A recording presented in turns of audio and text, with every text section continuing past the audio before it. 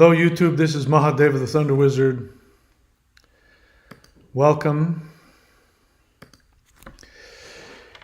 Yeah, I'm running out of words. When I think I've come to see the big picture of all of the crazy things that have been happening,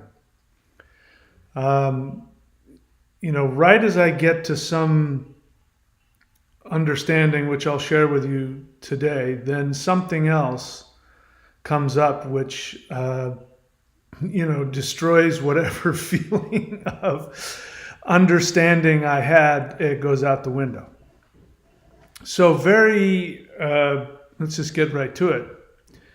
I now understand more why, not just why, but how the 5D shift has already occurred.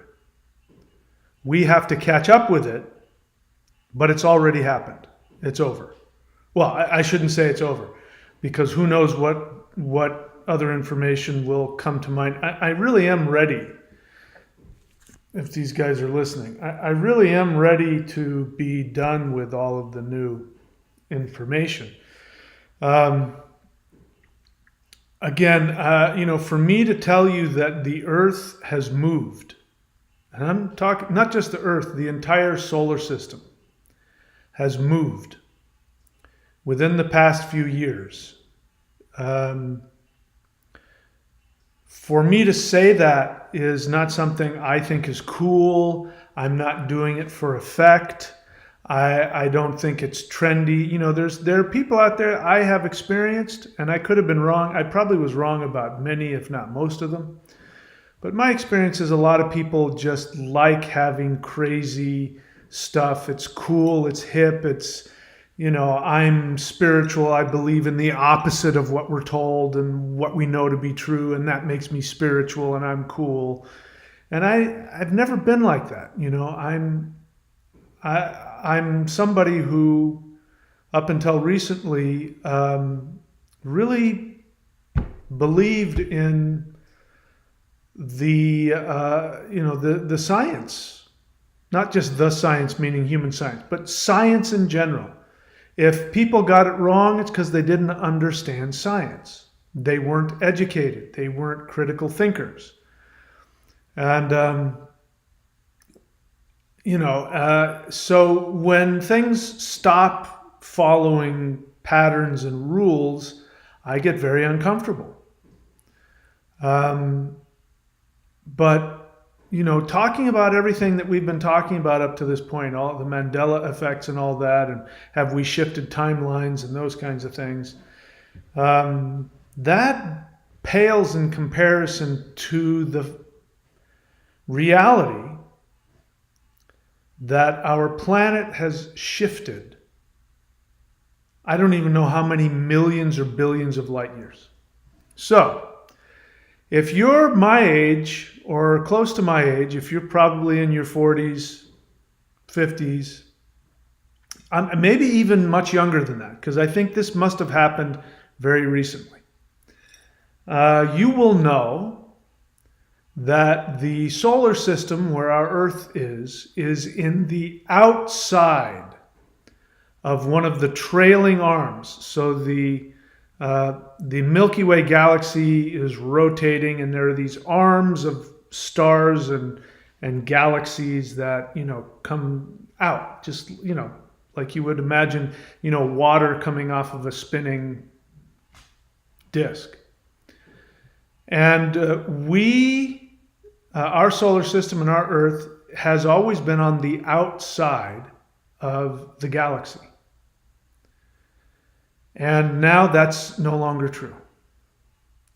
The Earth, and this is according to science, the Earth now and the entire solar system, thank the gods, because if Earth was plucked out of the solar system, we'd be in big trouble. So we still have the solar system taking care of us, but the entire solar system has moved to the opposite side of the Milky Way galaxy, and it is on a different arm or a different spindle of the galaxy, and it's 1/3 of the way closer to the center of the galaxy. And that's just impossible. I mean, you know, we've been talking about who's changed history. And I've been sitting here thinking to myself, maybe higher dimensional beings are going in and changing bits and pieces of our history. But, I mean, that's nothing in comparison to the now fact that our solar system has moved to the other side of the Milky Way galaxy. I mean, maybe you don't understand. I mean, I can't understand that. I know enough about it to know that that's absolutely unbelievable. I mean, hundreds of thousands, if not millions or billions of light years from where we were. So even, you know, the thought of, you know, the heart shifting slightly more towards the center was a huge deal for me. But that's nothing. I mean, if the whole solar system can move to the other side of the galaxy, then, I mean, seriously, nothing's impossible. There's just no point. There's no longer a point in trying to find anything that I can anchor myself to, which gives my physical universe any laws that I can follow. So let me show you some proof here. I believe this is Neil deGrasse Tyson, and he has a show had a show called Star Talk, which after seeing it, I had to look it up to see when he said this. I don't know exactly what the date was, but he had a show that went from 2015 to 2019. So between the years 2015 and 2019, somewhere after that time, our Earth has shifted billions of light years.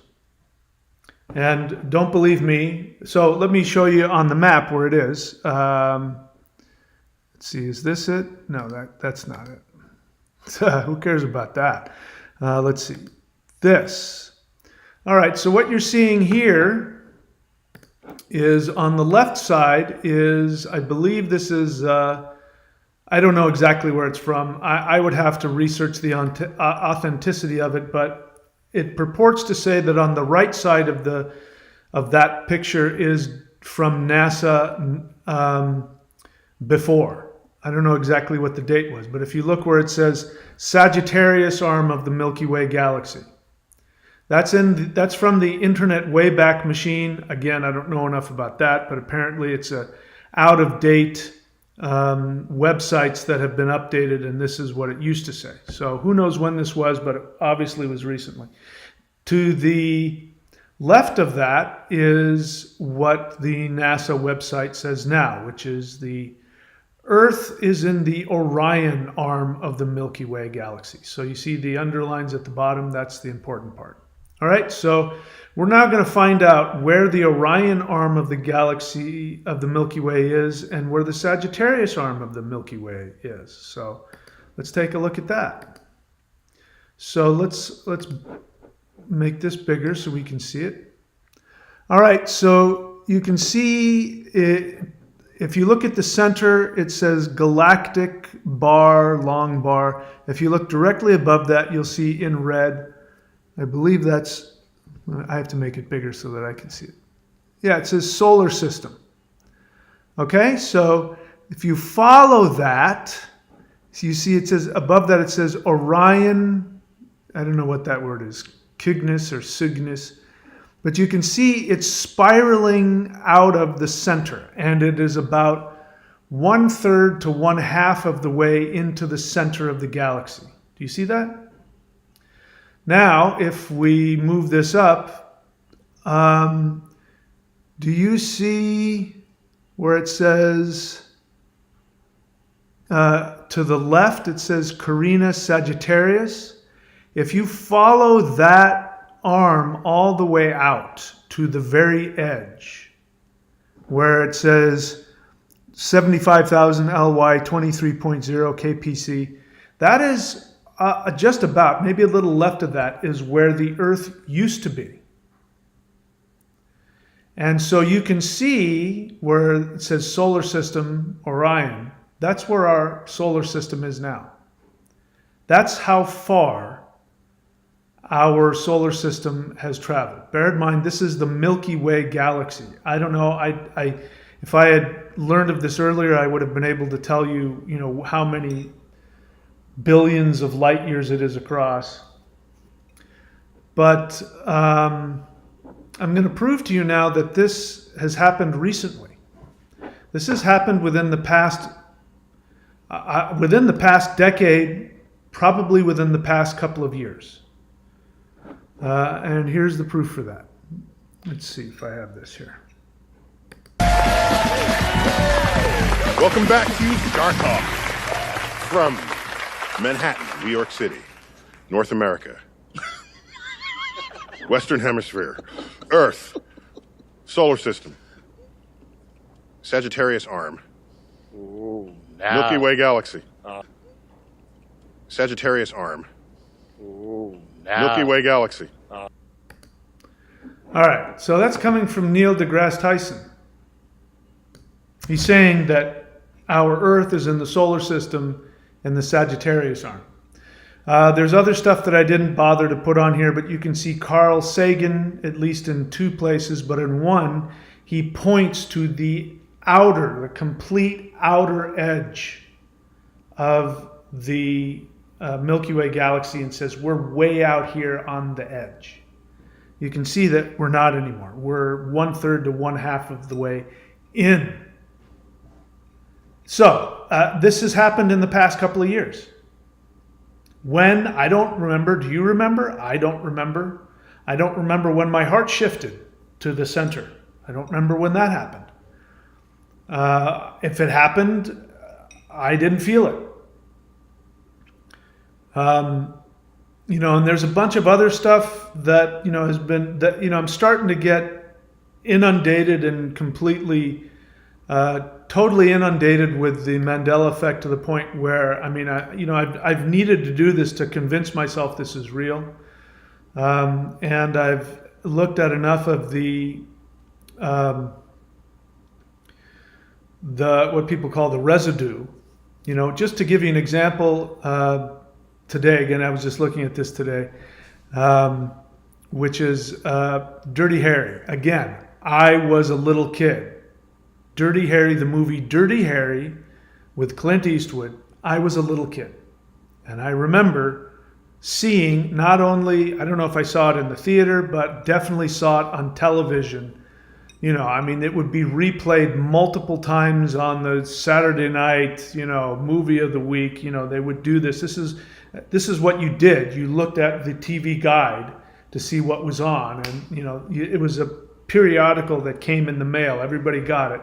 And you could see what was on when. You could say, oh, okay, Clint Eastwood, 1972, Dirty Harry. And you would watch it on your television. And Clint Eastwood says very clearly, with and many comedians and actors and impressionists would quote this every time he said it, and he said it with such anger and violence. And he would say, "Do you feel lucky, punk?" And he'd do that thing and everybody made fun of him, and now he doesn't say that. Not only does he not say that, he says, you have to ask yourself a question. Do I feel lucky? Well, do ya, punk? And he's got a smile on his face. That's weird. And there's, I could have given you a screenshot, but when you look for it, you can see the quote, "Do you feel lucky, punk?" when you search for it. If you want to do it, you can stop right now and search on YouTube, "Do you feel lucky, punk?" And you will see no end of people 5, 10, 11 years ago who took that scene and put it on there. And they have in the description the exact quote. And yet he doesn't say it. So that residual evidence where you see all of the people quoting him wrong. Nobody's that stupid. Not that many people are that stupid. So the point is, the residual evidence proves this did happen. It's not just I'm remembering a false timeline or a different timeline. The timeline is clear, because if it weren't clear, we wouldn't have residual evidence. Do you understand that? That kind of residual evidence, like the one I just played where Neil deGrasse Tyson clearly says that the solar system is in the Sagittarius arm of the Milky Way galaxy. That residual evidence is proof that it did in fact happen in our timeline that we live in now. You understand my reasoning? Again, the idea that there's, this crashing of timelines does not jive with what is happening. Everything is happening very precisely and very targeted. And, again, I'm speaking the same language as you. It's not like I'm speaking Old English and you're speaking, some other form of English that never existed. We're speaking the same language. We're using the same computers that we had. In the United States, you still drive on the right side of the road. So the important stuff doesn't change, only these things. And they only change in ways that would get our attention. And they only change in ways that have very positive messages. So here's the positive message of this. When we look at, if I can find it here, what is this? No, that's nothing. In fact, let me just get rid of that. That's just, who cares about that now?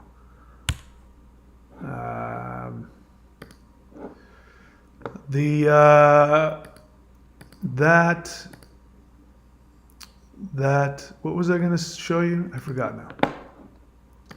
So again, if you're looking at this, look at the whole thing. There's the, you can't see my pointer, unfortunately, but you can see that we're, about half, it looks about, 1/3 to 1/2 of the way into the galaxy. And that is a real thing. Now, here's the positive news about that. I made a video, probably multiple videos, recently, I believe within the past year, in fact, I'm certain of it, where I talked about how our solar system, and this is talking about Vedic spirituality, that according to the Vedics, we orbit the center of our galaxy, and that's where, quote, God lives. And in the in Satya Yuga, which is the time age where human beings are so advanced that they don't even need to speak, they can think and communicate telepathically. They're walking gods, that everybody is born that way, that this was once where humans were in what's called Satya Yuga. We have just come out of Kali Yuga, which is the furthest away from the center of the galaxy. Now, when I gave you that information was accurate information according to Vedic spirituality. But it's completely impossible according to the laws of astronomy as we knew it. And I knew that then. I might have even said offhand something like, I don't know if that's actually possible based on science, but according to the spiritual. And I was trying to say that we were moving closer to the galactic center, because that's where the true awareness is. If we were in the middle of the galactic center, we would be God. And so the closer we are to that galactic center, the more awareness we're going to have. I was telling you that, and it might have been that we were still in the outskirts of the galaxy on the Sagittarius arm, which we're not anymore. We're on the Orion arm. Now, there's all kinds of other symbolism, which maybe I'll get to after I research it. But the bottom line is that The shift has happened because we are there. If we're going to move any closer to the galactic center, I don't know. But in terms of the kind of spiritual energy that is hitting the earth now, awareness, enlightenment it's inevitable. Let me put it to you that way. It is inevitable. There's no way for us to be halfway closer to the center of the galaxy, which is the center of consciousness in our galaxy. There's no way for us to be physically moved half the distance without it affecting our awareness. It's just not possible. So this makes sense to me that this is very recent, because just look at me. Look at the changes that I've made in the past year. In the past year, I've completely flipped when it came to many, many things that many of you already knew about that I just didn't, I was still, and I don't regret this. I was following science, proven science. I was following rational thinking. I was following detached awareness based on observation, not on my emotional agendas. I was following knowledge and not in a way of trying to escape reality, which my experience was that many people in the outer fringes of spirituality, which is why I said in my books, following a path that has an unbroken connection into prehistory. I did that on purpose because I was making a difference between, say, the Taoist mystics who become enlightened and leave their body, and the New Agers who walk around, dropping acid and talking about, love and light.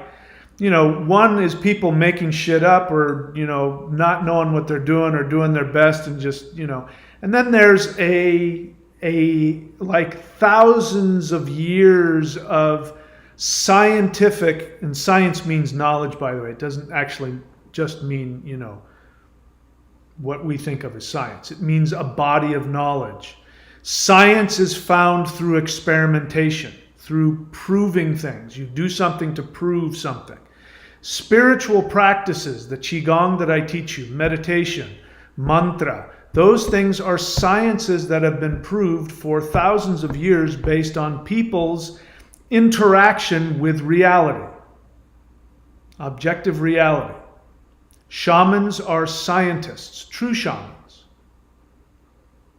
And so I was making that distinction that there's a difference here between what I'm telling you and what a lot of the crazy nonsense is, a lot of the, the modern Western magic, which isn't my thing, a lot of, Wicca, things like that. It's great, if it works for you, great, don't take it personally. But in terms of, does it follow a tradition that goes back thousands of years to our pre-Christian ancestors? No, it's been made up since then. People doing their best, making stuff up, making random associations, conflating, confabulating, all that kind of stuff.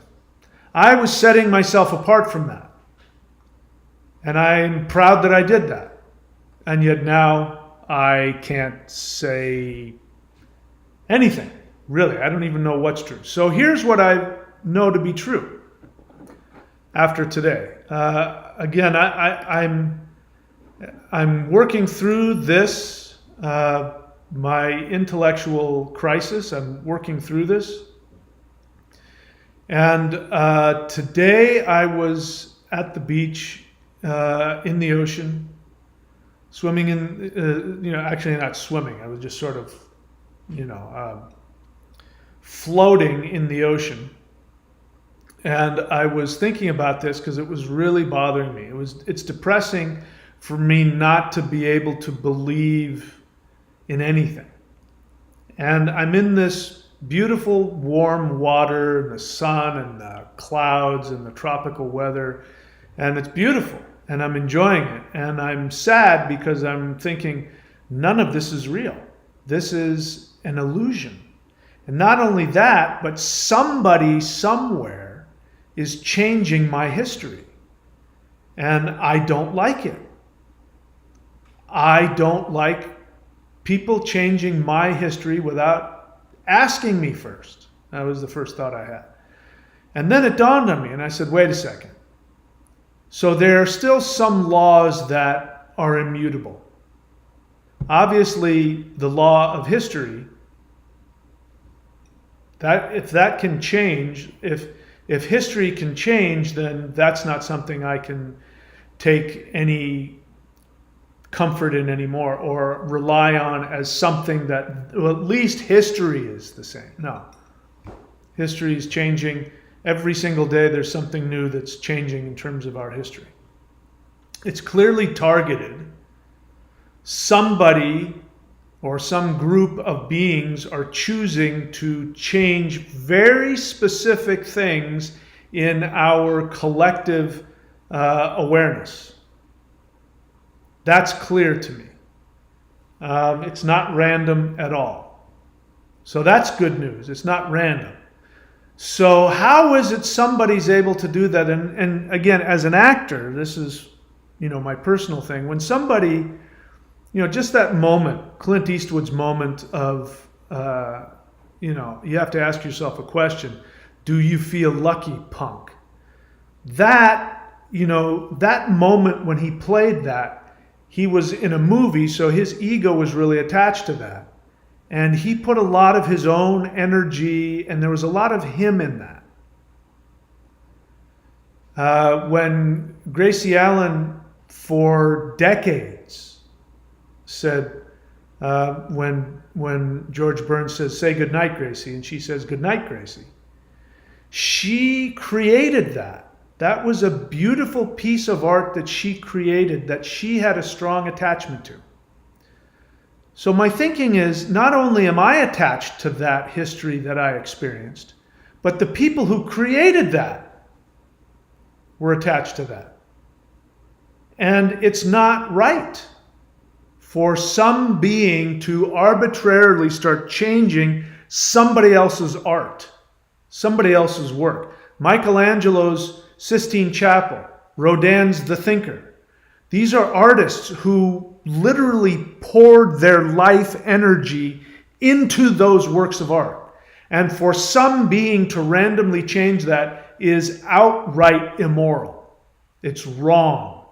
It's violence. You're doing violence to somebody's soul unless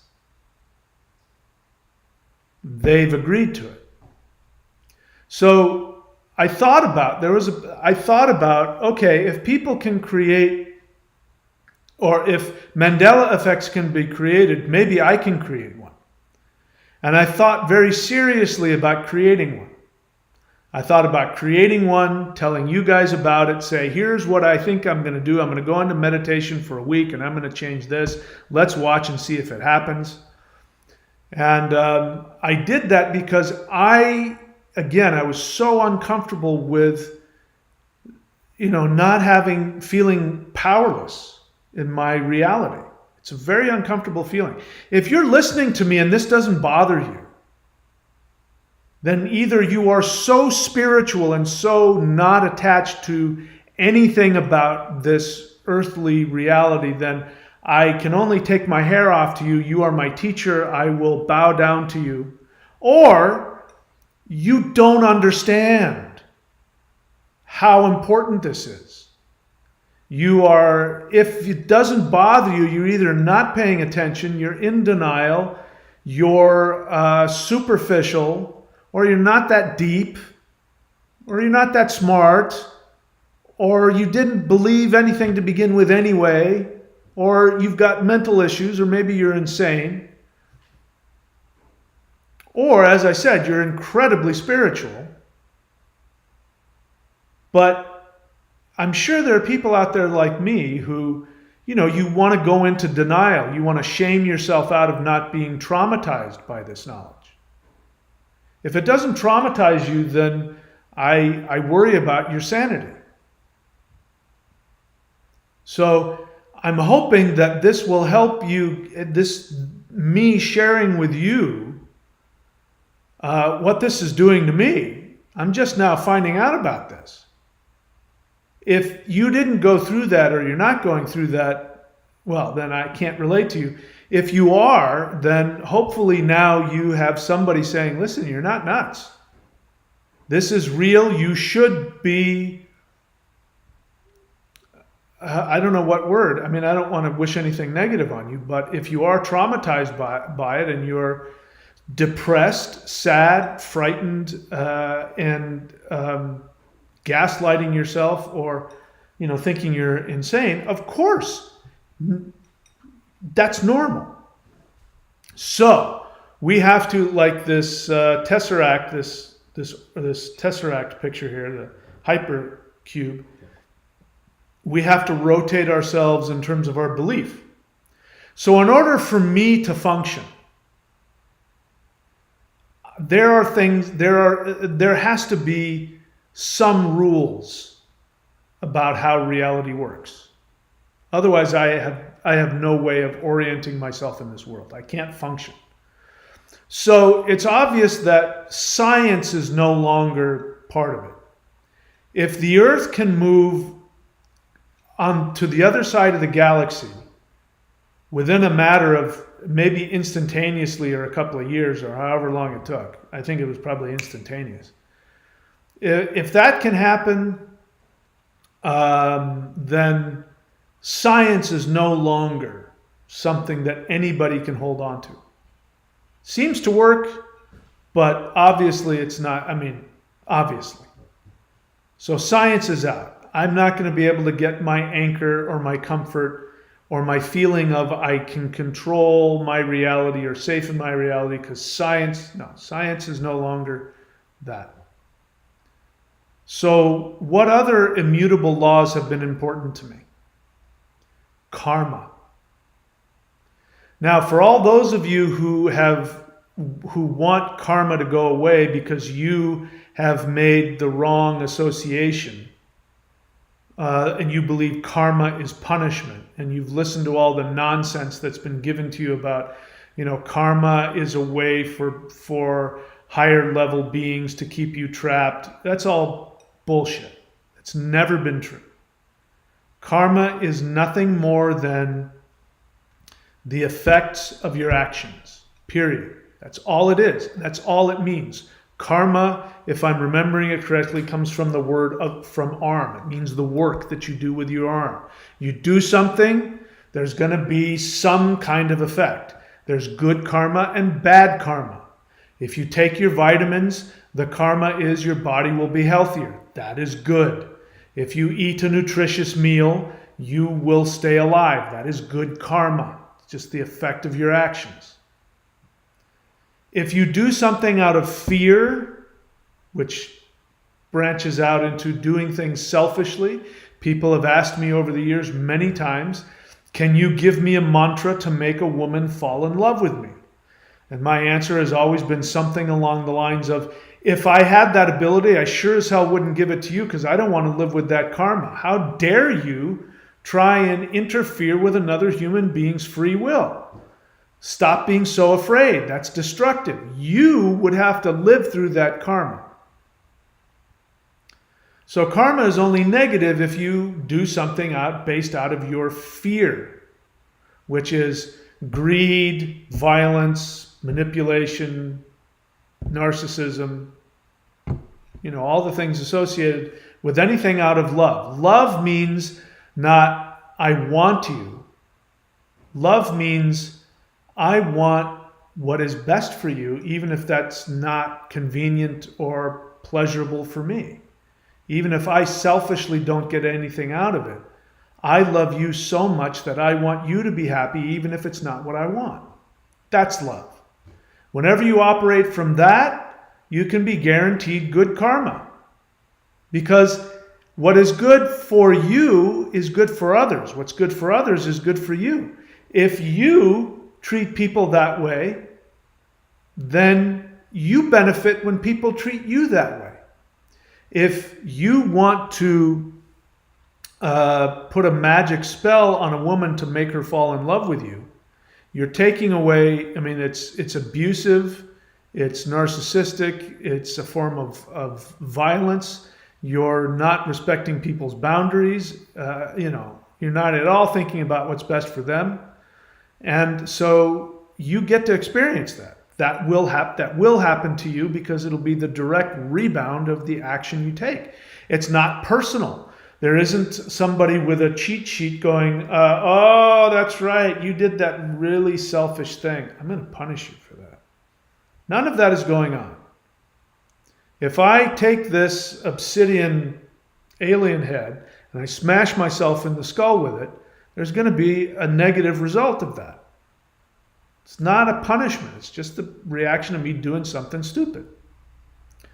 I have no interest in having you smash my head open, Mr. Alien. So that means if history is being changed, the rules of science are being obliterated targetedly. Because, when my heart shifted from the left pec, again, you don't believe me? I'm sure a lot of people out there going, it's always been the center. If that were the case, nobody would clutch their left breast pretending to have a heart attack.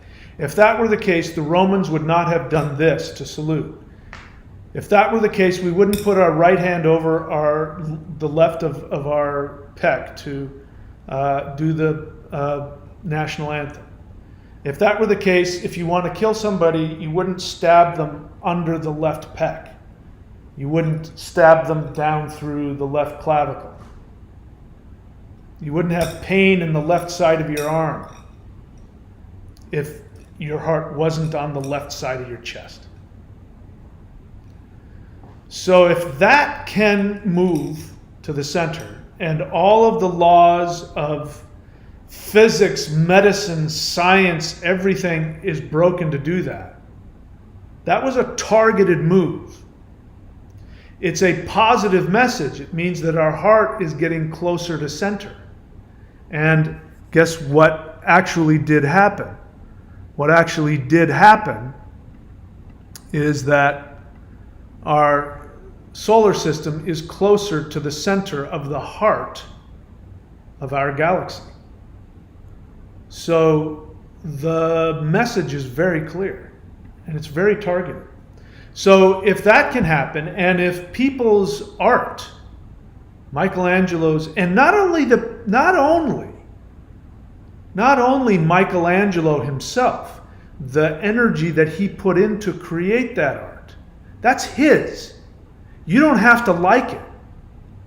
But nobody has the right to change his creation. Nobody. I don't care if it's God himself. Nobody has the right to do that. So if the law of karma exists, it means that Rodin's thinker, Michelangelo's, the creation, I don't know what it's called, Gracie Allen saying good night, Gracie, Clint Eastwood, his line being changed, songs being changed. Those maybe now you have a better understanding why it's so disturbing to me. Because if any of my videos were changed and my words were changed, I would take tremendous offense to that. Nobody has the right to change my words. It's connected to my integrity. That's mine. Nobody has the right to steal my integrity from me. Nobody has the right to go back in time, climb inside the body of an artist and make them do something different, even if it's the writer changing, the word from, Luke, I am your father, to no, I am your father. Nobody has the right to do that. Now, some of these people are still alive. So that means if I don't believe it likely, although anything is possible, I don't believe it's likely that some being came to these artists and said, hey, I want to change your very iconic thing because we've moved to a different part of the galaxy and we're now closer to awareness, and people need to be made aware of that. So we're going to change that. Or do you want us to do that? Or is that okay with you? Or what would you prefer to say instead? Or how about this? We're going to say this instead. Getting their permission. I don't believe these people are aware that their art has been changed, but anything is possible. So what makes sense to me is that the souls of those people who are in the future, because time is not fixed, you and I are in the future. We may be doing this to ourselves. We may be looking backwards in time and changing specific things to wake ourselves up. And again, positive message. Dirty Harry moving from a very angry, intimidating, frightening demeanor, saying, "Do you feel lucky, punk?" As he's pointing a gun at him, is a lot different than a smiling one saying, "You have to ask yourself this question: do I feel lucky?" The message is very clear. Very clear. Everything is turning into a positive. It's attacking anything that devalued people or caused them, put them into a negative vibration. They've been strategically shifted so that we will notice. And if we get over the shock of it and the actual very understandable real trauma for many of us, and you look at the message, you will see the message is very positive. But again, that means that every single Mandela effect that has to do with an individual or a group of people, it means that they had to have given their permission. And if they're still alive and they're not aware of that, then it was their future self that did it. Otherwise, there's no law of karma. And let me be clear, karma protects you. Karma is not about punishing bad people. Karma is about you being loved and being valued. Karma could be rewritten as the law of love, the law of value. Because if there's no karma, that means anybody can do anything to anybody, which means anybody can use you, destroy you, hurt you, and without any shifting back. Because when you have karmic shifts, I myself have interacted with people who have passed and there has been a karmic balancing. Or if you don't do it yourself in a spiritual way and balance the karma, then you have to be reborn with those same people and you end up switching places. You end up being the one being hurt and abused, and then the karma balances itself out. So it has to balance itself out. So in other words, I'm saying that the law of karma still exists, which means that this is our choice. It means that if my heart shifted, because at some point I was getting really upset, and I was talking to whoever was out there and saying, "Hey, I didn't give you permission to move my internal organs around. You don't have the right to do that." And then it dawned on me that that's accurate. No being has the right to do that. I must have incarnated into this body knowing that my heart would shift. I must have incarnated into this body on this planet knowing that the planet itself would be moved literally to the other side of the galaxy. Because if that's not true, then I live in an unjust universe, and I cannot tolerate that thought, and it doesn't make sense. So, the laws of science, out the window. The laws of time, out the window. The laws of love, still here. All of the messages from the Mandela Effect are messages of love. The law of karmic return, still in effect, because otherwise then somebody's doing damage to me and anybody else. And the universe doesn't do that. It means everything that I've said about we live in a universe that loves us, you must start from that assumption, or you're screwed. And I know from personal experience that the universe has only been kind to me. It has only been loving to me. People, well, that's a different story. But the universe, whenever I operate from my soul, always, without fail, always treats me with love and respect and gives me nothing, health, happiness, prosperity. It's a rule that I've proven. So therefore it means that the rule of karma still is in effect. Which means you have chosen this. We have chosen this. We have all chosen to be incarnated at this time. Now, I have to do that. My apologies if that's over-intellectualized for some of you, but I have to do that in order to get myself to the next level of this, which is where I want to go, which is, holy crap. Do you realize how powerful a time this is? We are now in a much more powerful position in terms of our spirituality. This explains everything. I went from doing the Maoshan practices here, all of the stuff that I teach you. I went from doing those practices and being filled with a very powerful energy that gave me seemingly powers over space-time. I went from that to, literally from one day to the next, being filled with a level of energy and having access. I have access. There's a meditation method that I'm learning, or I've been taught, which allows me to go into other dimensions, to get energy from other dimensions. And I have to space it out, because if I do it every day, I literally won't be able to make it back inside my body.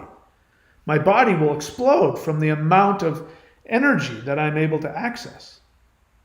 It's destroying my understanding of reality, which I go up and down. I mean, this is the roller coaster of, I get filled with this amazing energy. I know and I see different dimensions that I never saw before. And then I wake up the next day and I'm depressed as hell because, reality, I'm dying to what I thought my reality is. But what a tremendous opportunity. And we have yet to see, but based on just this one thing, I've proven to you, I think, as much as somebody can, based on the residual evidence, I've proven to you that our solar system moved to the other side of the galaxy and is closer, a third or a halfway closer to the center of the galaxy. And since secular knowledge has destroyed itself, history, science, those things, are obliterated now. There's no such thing as those things anymore. Then it means that the ancient spiritual sciences are still true. And according to the ancient spiritual sciences, when human beings are closer to the galactic center, they have heightened abilities. They're telepathic, they're psychic, their energy levels are much higher. They can levitate, they can time travel, they can bilocate, they can be in more than one place at once. That is where we are headed. It means that Satya Yuga, the time of truth, of existence, is a time of love, universal love, where everybody lives in a state of loving and taking care of each other. No more violence, no more corruption, no more greed, no more abuse. This is where we're going. So the truth of the matter is that, I mean, it's not even up for discussion. If we don't move to a more loving, kind, non-judgmental place, where we are in relation to the center of the galaxy, the energy will destroy us. You know, the vibration, the energy, the level of power will not tolerate that. We will cease to exist. Not out of any judgment, just it's, you know, we're that much closer to the flame, so we've got to be either, you know, flame ourselves or we'll burn up. So this is incredibly positive if you can get through the trauma of it all. So I strongly recommend that you acknowledge your fear, your confusion, your trauma, all of that associated with the obvious repercussions of something outside of your conscious awareness changing your history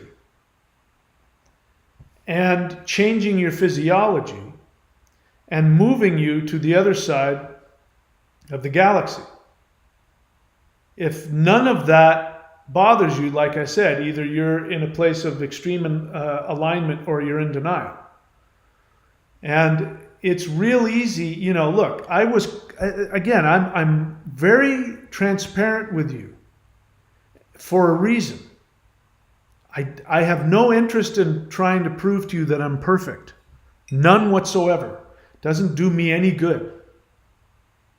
I don't feel good if I were to do that.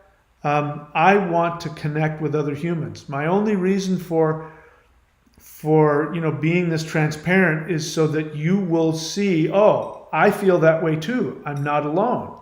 He can do it. I can do it. That's the only reason I do it. It's the only reason I tell you the truth. The only reason I share so much of myself with you is for that reason. And this has been, well, it's been so traumatic, I've contemplated suicide. That's how traumatic it's been. So I know if it's this traumatic for me, it's got to have been traumatic for other people's. And here's the other thing. Those out there, I walk by them every day, who don't have a clue yet. They don't have any idea. It's going to be undeniable.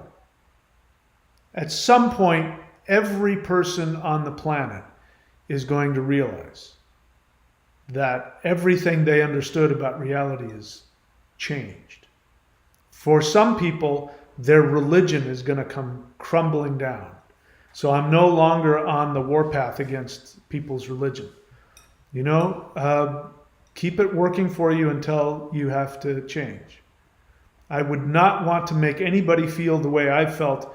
And if I had been a staunch born-again Christian and somebody had proven to me that the Bible had changed, it might have been so traumatic for me that I might have ended it.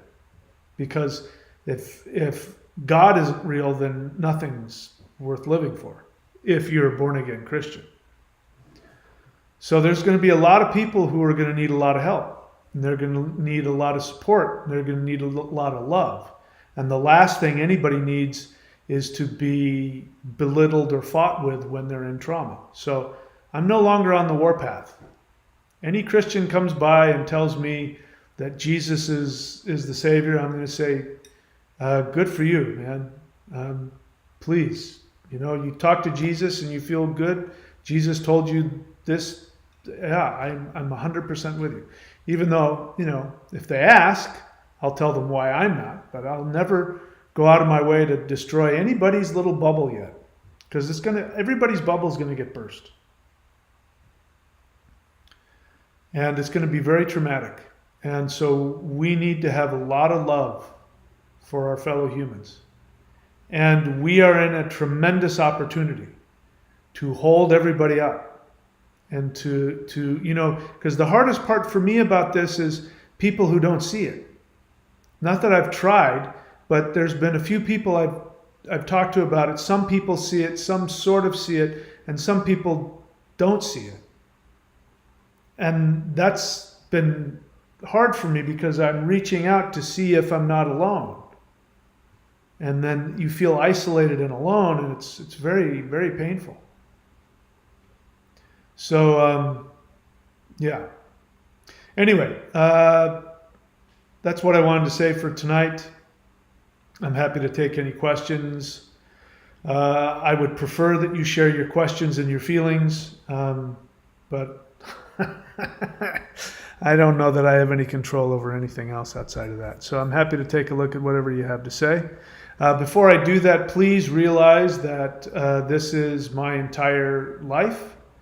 I spend every waking moment of my life thinking about my own spiritual path and how I can teach others.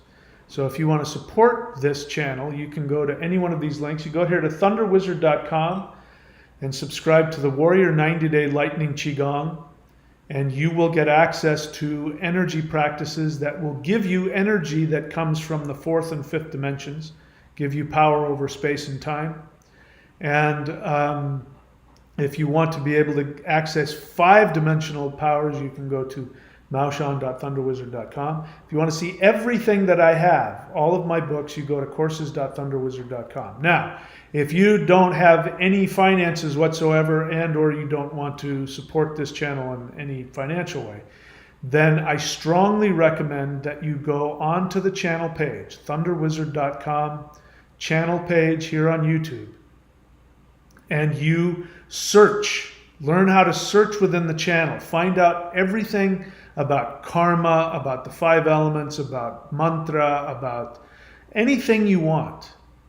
And you will find meditations in there. You will find Qigong, the most powerful Qigong I know of that's freely available. I've given to you, called the Awakening the Immortals Qigong. And you're free to do that. I specifically gave out that very powerful practice for those who aren't going to subscribe. But, it's whether you subscribe to me in any way or not, what's most important to me is that you do the work. What I've learned is what I always knew, but what I've learned is that we don't live in in a universe of thought.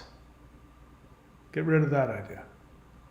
We live in we live in a universe of energy and emotions. Those are the only things that carry any true energy. Thoughts, that's a Kali Yuga thing. We're out of that. We now operate from our heart, which is emotions, which is lightning, which is energy. So, in order to be able to function in the higher dimensions, which are being forced upon us simply because of where our planet is, then you are going to need to have access to energy practices that will raise the vibration of the cells in your body. And that is done through energy work, Qigong, and meditation, mantra. All of those things can be found at thunderwizard.com or maoshan.thunderwizard.com or at courses.thunderwizard.com. And there's plenty of free stuff on the channel. You have no excuse. Everything I offer to you so that you will achieve your shift to higher awareness, and you will have nothing but bliss, prosperity, love, and happiness. It's the only reason I'm here. And I offer that to you. Please take advantage of it. I'm not the only game in town. You can just find it somewhere. Find your meditation somewhere. All right, let's take a look and see what we got here. Vincent.thunderwizard.com says hello. He is one of my Vedic astrologers, certified. Go check out his website, vincent.thunderwizard.com. Bunch of other stuff. You can see all the things that he does there. Check it out. Thundra also, thundra.com thunderwizard.com, same thing. One of my Vedic astrologers, and has a bunch of her own stuff and is a radio personality. Go check her out. thundra.thunderwizard.com. Zarelath, honest feeling. You taught us to change our origin story. I embraced Mandela Effect as the gods calling me to save this timeline. Then I shake someone's hand and say, I'm from the other timeline, I'm here to help. Okay. Darkitect says we're still not on the Orion Spur. Well, then that's bad news then. If that's true, then that means we're dealing simply with a lie. And I don't know what the benefit of that is. But at this point, I don't care. Because none of it means anything anyway. Science, somebody gave me a link to check out. I think it was one of my apprentices. A scientist who basically says that based on science, there's zero evidence that our senses give us any accurate awareness of our reality. So in fact, it's even more strongly worded. It said that their experiments concluded that there is a 0% chance that any of our senses, physical, scientific, or otherwise, have any accuracy whatsoever. Let's see.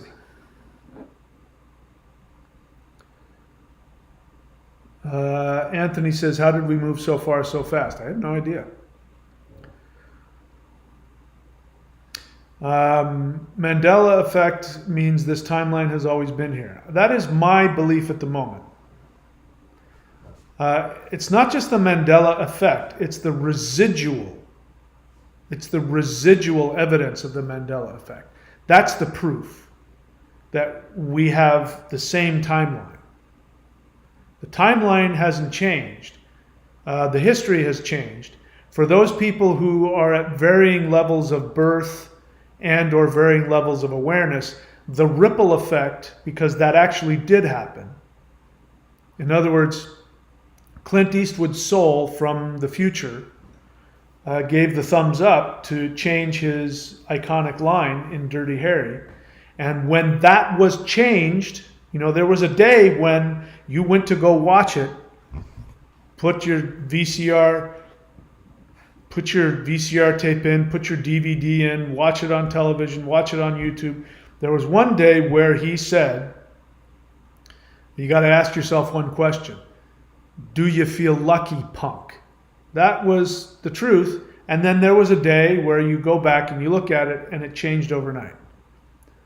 Whenever that day was, when somebody really went back in time and changed it, it changed the reality, and there was a time wave that came, and it's going to affect our brains, which is why for some of us, we're initially confronted with it and we go, wait, and we flip out and we go, that's not how it happened at all.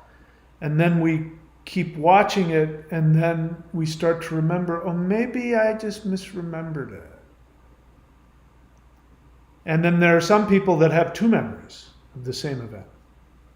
That's because, what I just said. I don't know this to be true. This is the best, again, I have to reason things out or I'm not happy. So that's the best reasoning I can come up with.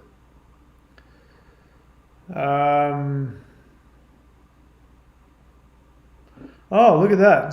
I have to go look at that. Residue of the heart being left is the old Dune movie heart plug. Thank you. I have to look that up.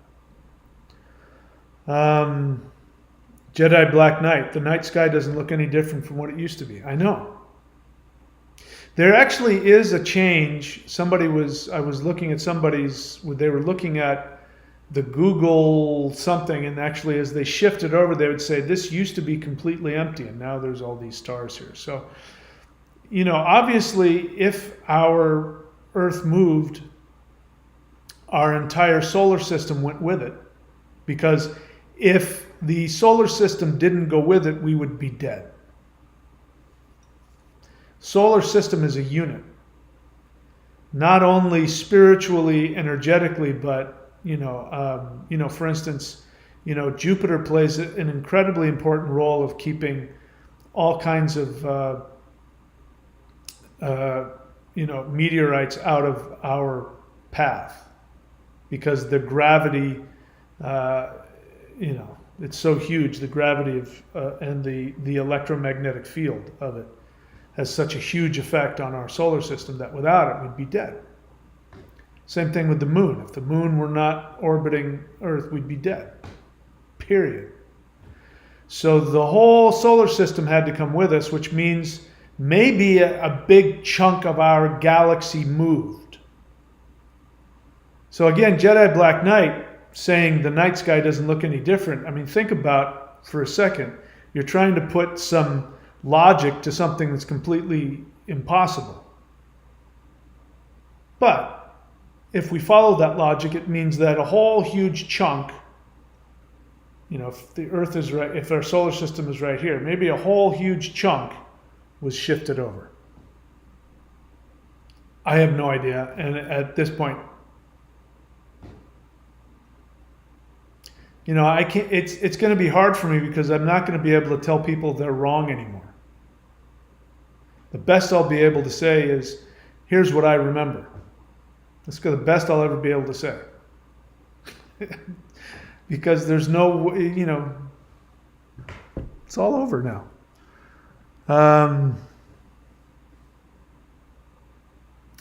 Luna seems to remember this.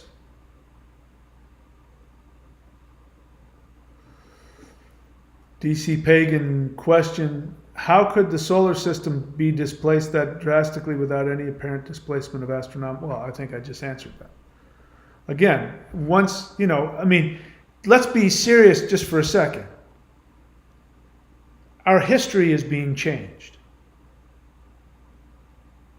How can you doubt? There's no science after that. There's no, how can this happen if that happens? Even the things that I've said, this is all meaningless. There's no reality anymore. This is a dream. We're all sharing a dream. It's as real as a dream. There's nothing else to say. The only thing that is still true is, as I said, the law of karma, which is really about the law of love. The law of love is still the same. It's still true that people need and want to be loved. It is still true that love is the only thing that matters. Emotions, energy, those things are still the same. How that stuff manifests in this supposed physical reality is completely up for grabs now. So all of your questions, literally all of your questions come from mine too. All of your logical questions and my logical questions come from a vantage point that we assume. We assume that our vantage point, for instance, just to play devil's advocate, Jedi Black Knight, you don't even know if you remember the night sky. You go out and you say the night sky is the way it's always been. You don't know that. You don't know that your memory has changed. You don't know what is what. None of us do. And I think, the message from that is the only thing that matters now is the things that have always mattered, which is, again, love. That's it. Nothing else matters. And we need to remember that. And to understand that this life is not the end, that this life is temporary, and that every second we have in this dream is a gift. And we have the choice in every single nanosecond of this dream to either enjoy this wonderful virtual reality, or to get wrapped up in our own narcissism and be miserable. Those are our two choices. When I was out, and I was very sad because I was looking around, now that I've come to enjoy Florida, it took me a while, but it's beautiful. I'm glad I live where I live in Florida. There's a lot of places in Florida I don't want to live. But where I live is very, it's jungle. There's just this jungle everywhere. And then there's this beautiful ocean with warm water. The water's 85 degrees. It'll be 90, 95 with, 80% humidity. And you just walk into this warm bath of an ocean. I mean, it's just amazing. It's beautiful. And I was literally, stroking my hand through the water as I was realizing this is a dream. This isn't real. And it was making me very sad. And then I thought of the goddess of Venus, whether it's Lakshmi or Freya or, whichever Venus god. And realizing that from Venus's perspective, she says, yes, it's a dream and it's a beautiful dream. And the point is to enjoy it while you can, because you won't be in this dream forever. You will move to another dream. So don't waste your time with all of your self-pity, your ego, your lack of control, whatever your issues are. Don't waste your time with that. Enjoy it. You've got kids, love them. Look them in the face knowing that, this may be the last moment you'll ever have with these kids. And in fact, they're going to grow out of however cute they are. If you have a puppy or a kitten, a puppy or kitten's going to end up being an old, scraggly animal and will die on you. So love that being as much as you can. If you're physically healthy and young, go enjoy it. Because I can tell you, time will catch up with you. Nothing is forever, and everything has its beauty, and we will. I've always said, the one thing that I've said the whole time I've been on this channel is still true, which is the only thing that I really care about is when I'm on my deathbed, I want to look back on my life and have no regrets. I don't think there's anything worse than looking back on your life and regretting what you didn't have. And the regrets might be you did something bad, but I think the worst regret is not experiencing what you really wanted to experience. So love this life, experience it every second you have, and appreciate it. And if you're full of pain and misery and ego and narcissism, that's okay. Now you have more of a reason to work through those feelings, let them go. Get rid of the resentment, get rid of the anger, get rid of the victim mentality. Drop all of it. Because, it's just feeling crappy is a waste of time. It's just a waste of your valuable time in this world, which will end. Your life will end at some point. What else? Somebody says we're living in a simulation, and I want to be clear about that. That doesn't mean anything in and of itself. Simulation could mean the archons. It could mean the matrix. Evil beings have put you in a computer program. Victim mentality. Or it could mean the mother goddess, Maya, has created a beautiful illusion for your soul. Because when you're not in the body, you're not going to be able to, I just took a drink of my Pink Lady Apple kombucha. It tastes good. Without a body, I wouldn't be able to experience that. You won't, without a body, you can't experience eating good food, making love to your partner. You can't experience that without a body. Which means without the simulation, you can't experience it. So yeah, it's a simulation, but what kind of simulation? It's a beautiful, wonderful piece of art that has been made by Venus, who says, I want you to love your soul. Here's a way to magnify your physical experiences, to enjoy your soul. What else? Josh Penn says it helps to share what I've gone through. I'm glad to hear that. Agent of the Universe, honest feeling. I'm not traumatized about the Mandela effects because I've been waiting for this new world because I've always had a feeling of disgust over 3D. So I just told you again, Agent of the Universe, I know a little bit about you. Your disgust over 3D is not what I'm talking about at all.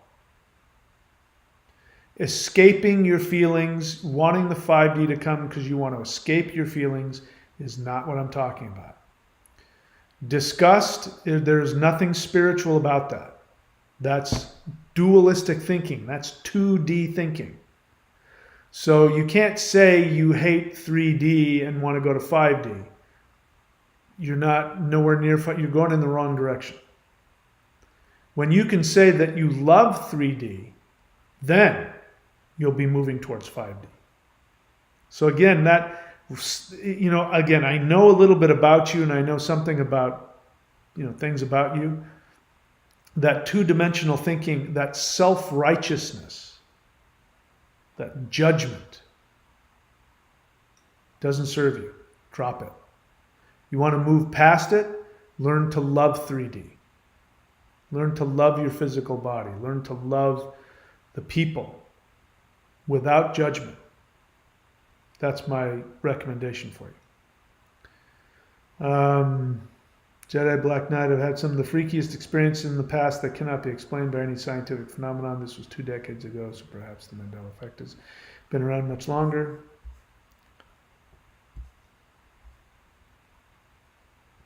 Yeah, and then you go on, I'm not going to repeat it, but Agent of the Universe, again, that whole mindset you've got is not what I'm talking about. Being bored is you're sad, you're miserable, you want out of your feelings. That's not what I'm talking about. Okay, so go back and kind of think of all the things that I've said about your fundamental assumption about this world, not escaping your feelings, not having a victim mentality because you're slipping back into it. Just want to bring that to your attention. I'm not trying to judge you. I'm just telling you out of love and concern for you. You're going in the wrong direction. Okay, what else? He also says karma doesn't exist. I disagree with you. If karma doesn't exist, you're in big trouble.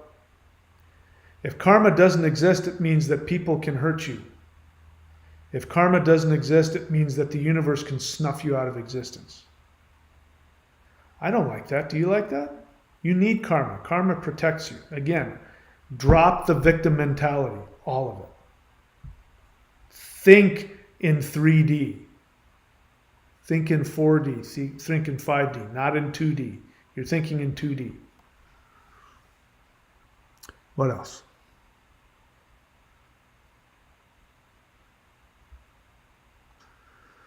Dylan Thomas, hey, Thunder Wizard, honest feeling, loving 90-day warrior subscription. Thank you. Again, everything that I teach is something that I wish somebody had taught me. I'm giving you everything I wanted people to give to me, so it makes me happy to hear that.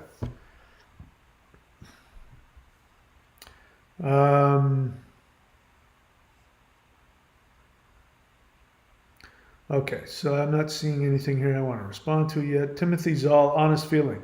Most non-spiritual people are simply NPCs. What does that mean? I don't know what that means. I've heard it.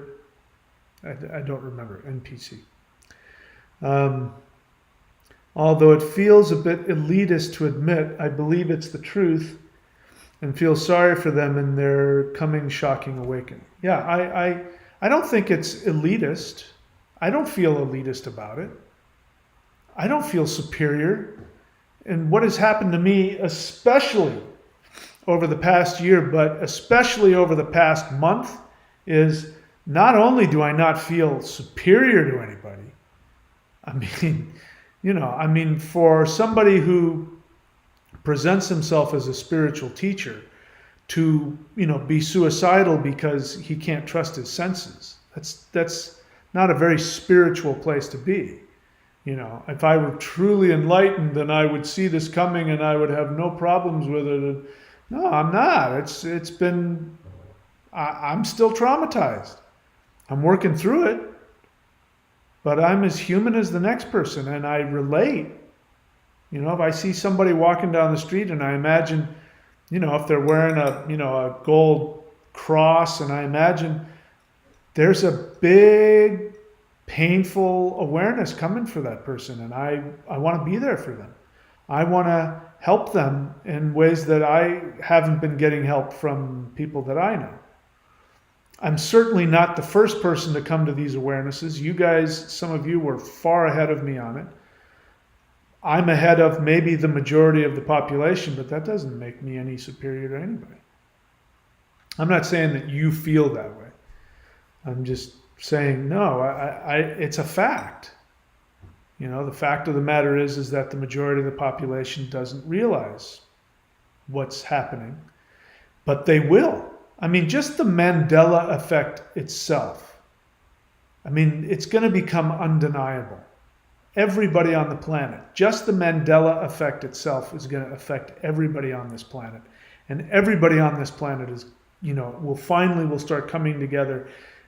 And first, we're going to keep talking about the Mandela Effect until we all start to realize, no, reality is shifting. And then that's that. I'm sure there's other stuff, and who knows what's going to come next. I have no idea. You know, another sun might pop up. You know, some of you know, there's a lot of stuff you guys say that I haven't echoed because I remember it, but I'm like, you know, that's science. But I also remember when the sun was yellow. I remember when the sun was yellow. I just found out today that the moon isn't white. It's red and blue and white. You know, I mean, it just gets crazier all the time.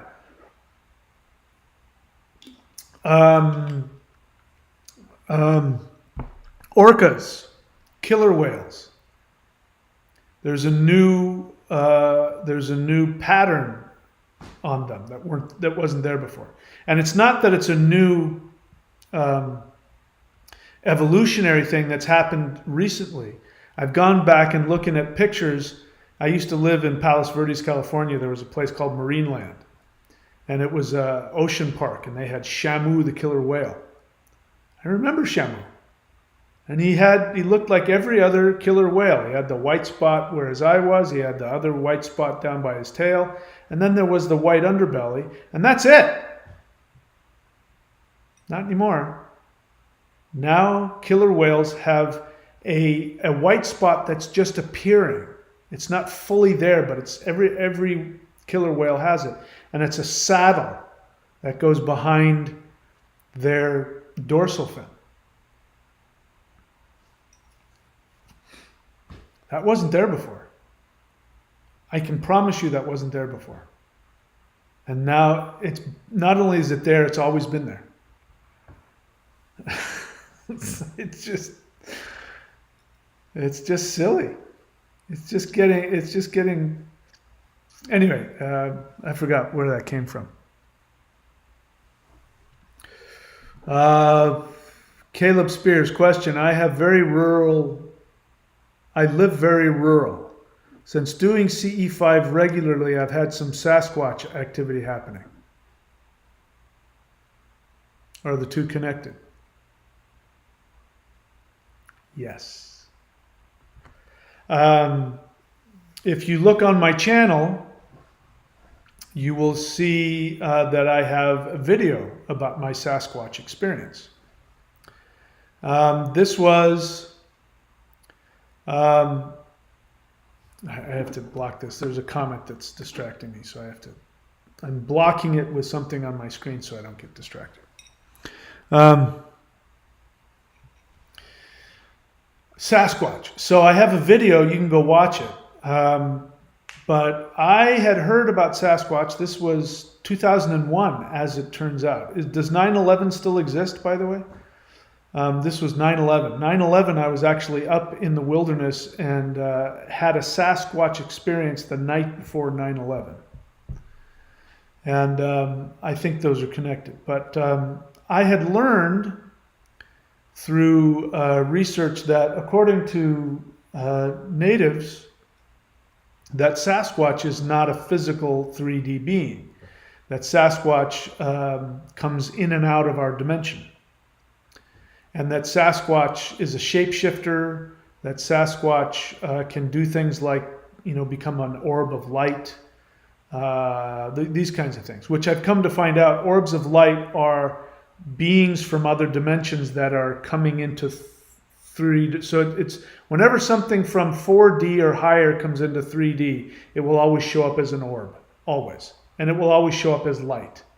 It will always show up as an orb of light or some manifestation of light.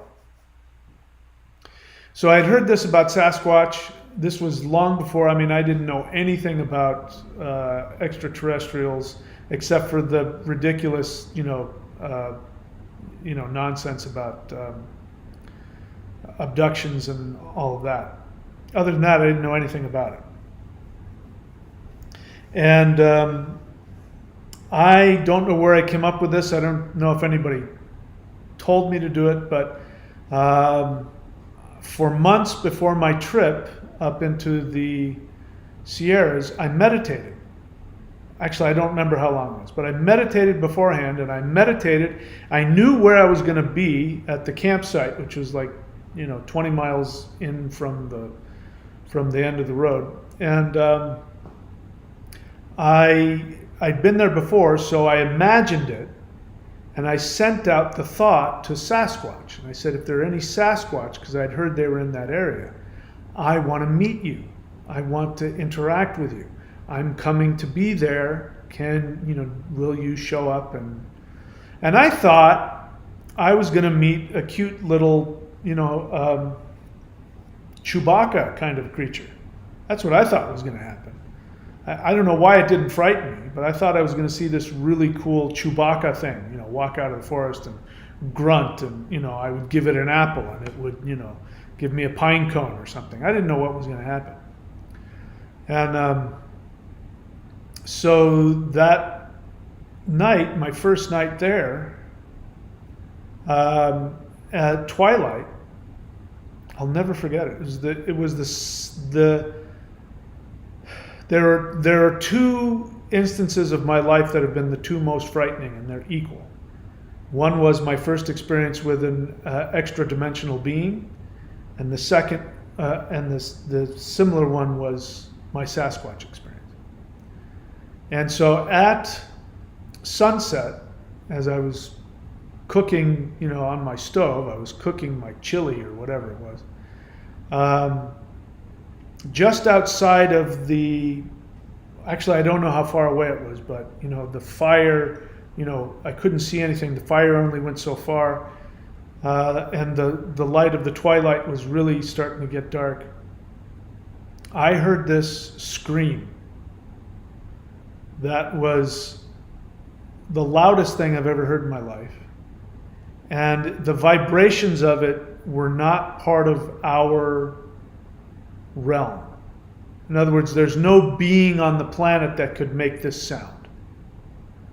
And it had, the high part of it was higher than anything I'd heard. And it simultaneously sounded like a woman screaming in distress, a man screaming in anger, and a dinosaur screaming. And on top of that, it was louder than anything I'd ever heard. And beyond that, the vibration of it went through me, and it was not part of this reality. It was so frightening. And I heard it. It lasted for 3 seconds, and then it stopped. And then as soon as it stopped, my brain went to deny it. Literally, my brain went to erase it.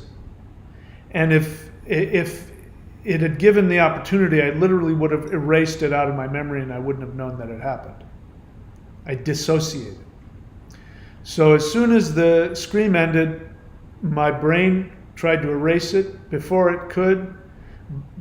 Also, the first thing, instantaneously, I went through all the list of all of the animals it could be. It's not this, it's not this, it's not this, it's not this, it's not this. Then I went to erase it, and then the scream happened again a second time. Same thing happened. My brain went through all the things it thought it could be, that stopped. My brain tried to erase it, and then it came in a third time, and then my brain broke. And I was frightened. The feeling that I got was that another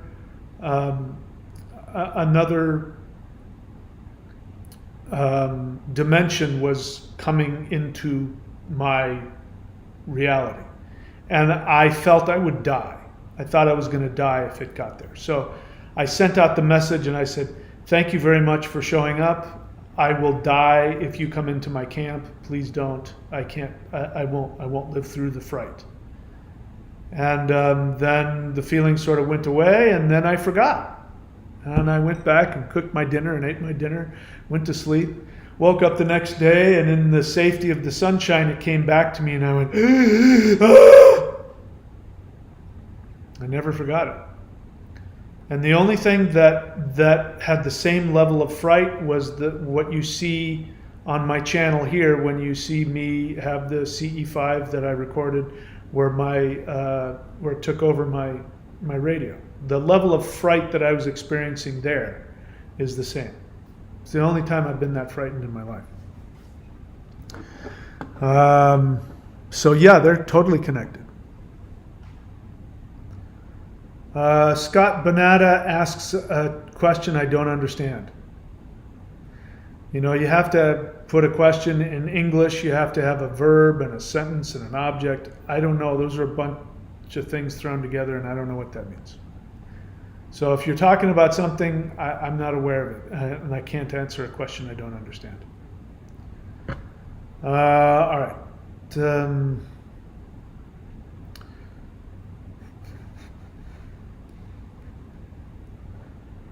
Timothy Zoll, NPC means non-playing character. All right, let me go back to see what he was saying.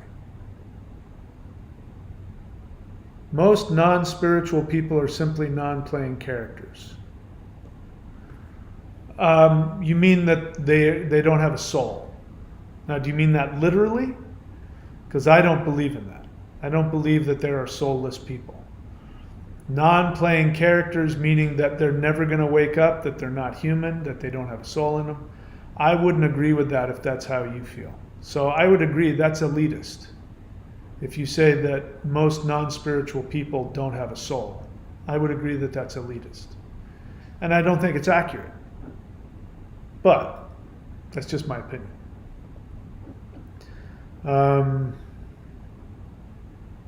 Yeah, it's projection. So Timothy Zoll, one of the things that we will have to face in this shift is our projection. So you know what projection is. You project onto other people the way you feel about yourself internally. What I've seen, you've probably experienced this, is that doing CE5, the first thing that comes up is all of your projections. My first projection was that I wasn't worthy of the interaction between me and the higher dimensional being. And it was really painful, like I was in tears, being aware that I was in the midst of, in the presence of a higher dimensional being, and I felt totally unworthy. That's my projection. So that was a healing of that projection, which is why you can hear, in my communication, I have a much more loving and accepting vibe. I'm not cured of it, don't get me wrong. I'm not cured of all of my prejudices, not by any stretch of the imagination. But I'm much more loving and accepting and non-judgmental than I was just a month ago, because I was forced to face my projection. So that's your projection. That means that there's a part of you that feels like you don't have a soul. There's a part of you that feels like you're just an NPC. Dylan Thomas on is feeling slightly worried about our children. Why? Your children are the most lucky. And if your children are born now, it means that these are souls who have been lining up for this for a long time. And they are, they're the ones that are going to flow with it. When fleets of aliens show up or a second sun appears in the sky, they're going to be the ones that go, Oh yeah, I knew this was going to happen. So let me just allay your fears. They're the least people you have to worry about. I mean, they're going to get born in the best possible time to be a human. I mean, when I was born, it wasn't that great. When my parents were born, it was even worse. When their parents were born, it was even worse. You know, there are times when being a human was really awful. Not that there aren't people that have had really awful things, but you know, we're headed for bliss. I'm traumatized about I can't understand reality, but if you see me a month ago, I start talking about we're heading into and everything I said is true. We're heading into a golden age.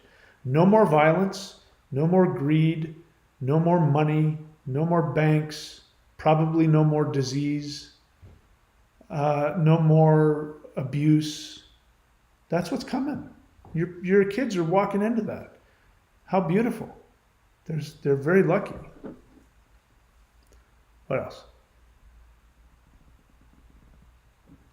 Question, how will this shift affect them? I think I answered that. Question explained, we raise them very spiritually evolving. So don't be too overprotective of them, please. If you have victim mentality, do not put it into them.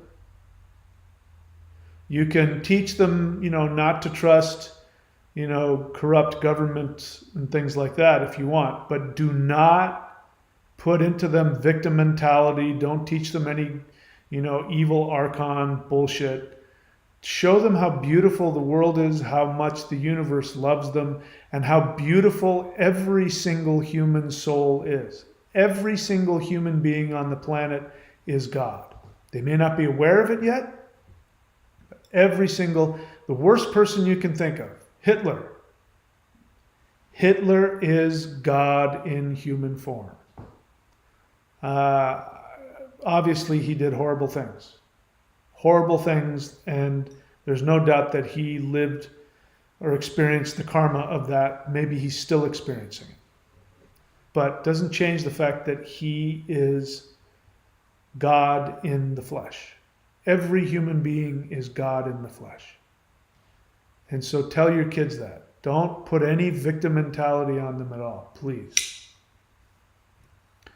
Not that you're doing that. I don't know you enough to know one way or another, but anyway. Don't worry about them and don't overprotect them. Teach them to be self-reliant. Teach them to be self-sufficient. Teach them that they're always protected. Teach them to be smart. You know, obviously they're little kids, so you have to watch over them and take care of them. You know, I mean, just kind of off the cuff, and I don't have kids now, so I don't know what it's like. I don't know what the dangers are. So let's just be clear about that. I'm completely ignorant of what it's like to raise kids now. When I was a kid, your parents didn't know where you were most of the time. Your parents knew that once you were done eating breakfast, unless you were going to school and they were picking you up. But even then, I walked to school. Like I walked, you know, I lived near my junior high school. So I would eat breakfast and then walk to school. And they didn't know where I was from the time I left until I come home. There were no phones. Parents used to kick their kids out of the house, you know, and say, get outside. You can't be in the house. Go outside and play. And that meant maybe them walking or riding their bike or their skateboard for miles without any supervision. And these are, you know, from 5 years old and up. Kids were expected to be left alone on their own without any adult supervision. That doesn't happen now.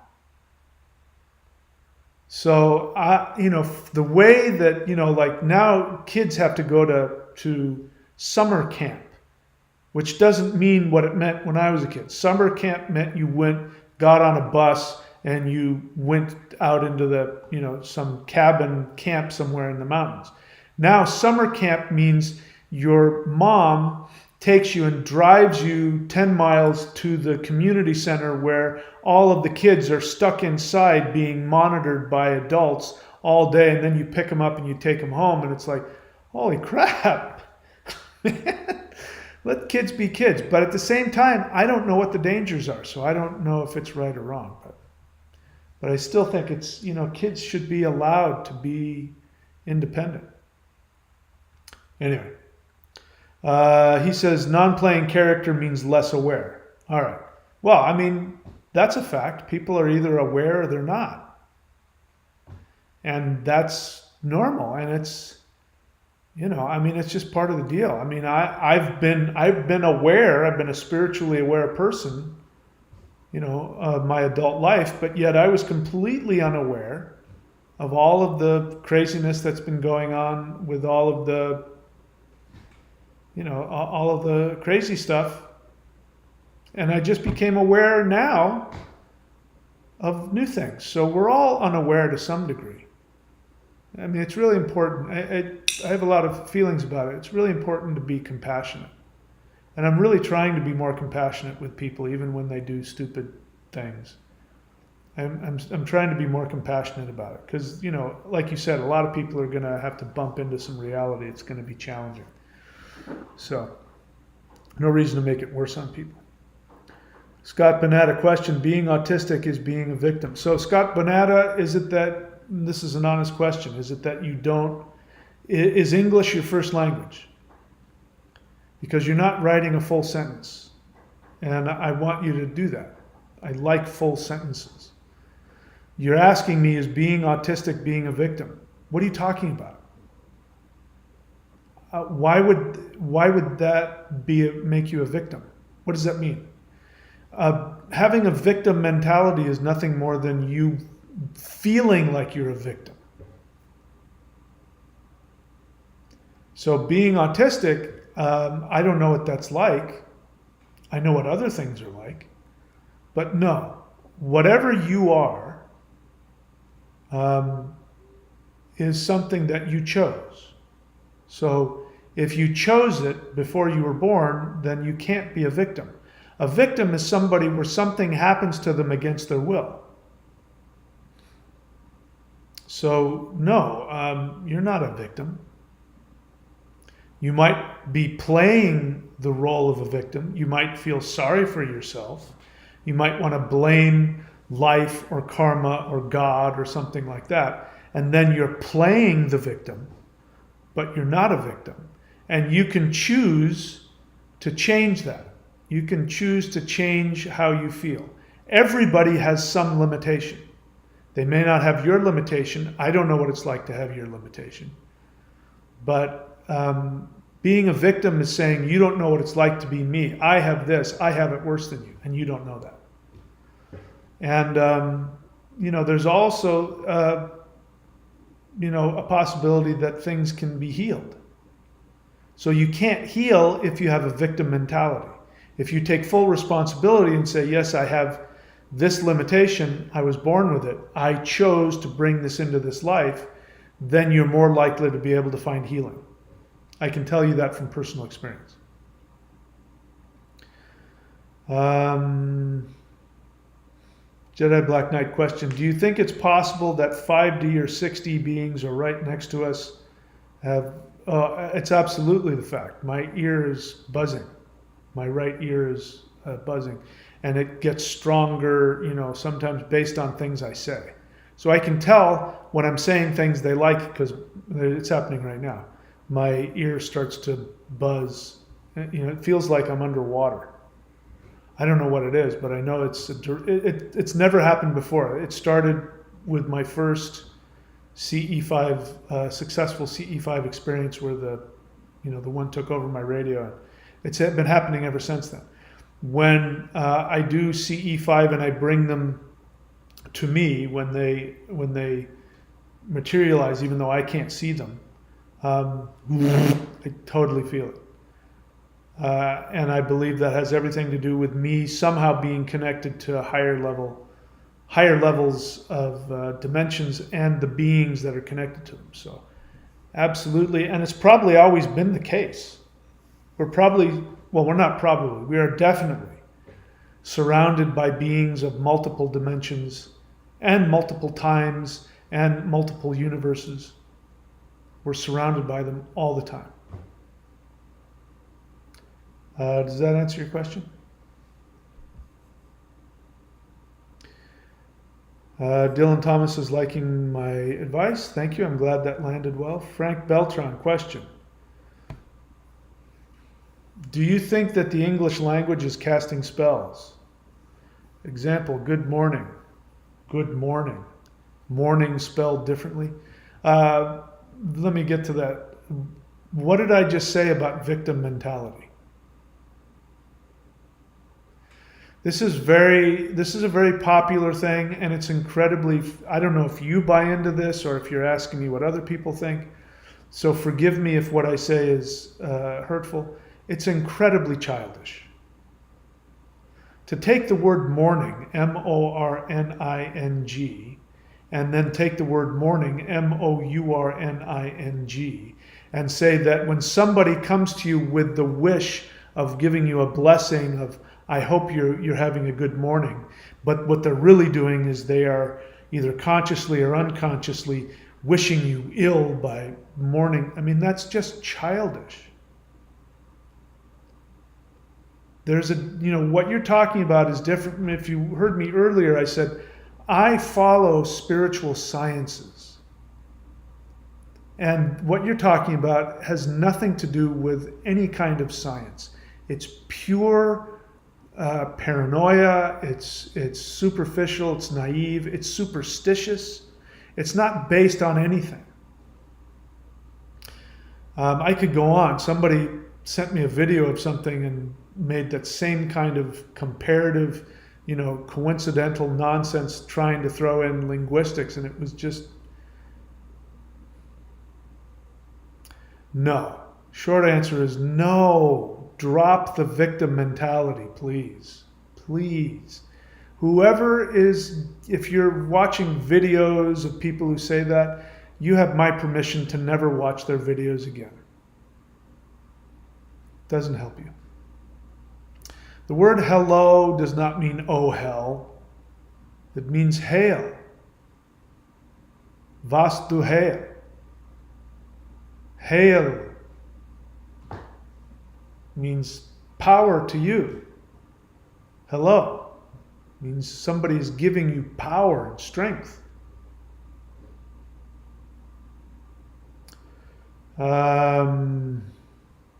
Chris Miner remembers getting kicked out of his house. Yep.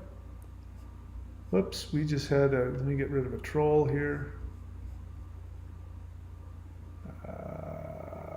Let's see, hide user on this channel. There you go. What else? The movie Free Guy is the story of an NPC becoming aware, much like many of us. Yes, I think that's what makes that movie so great.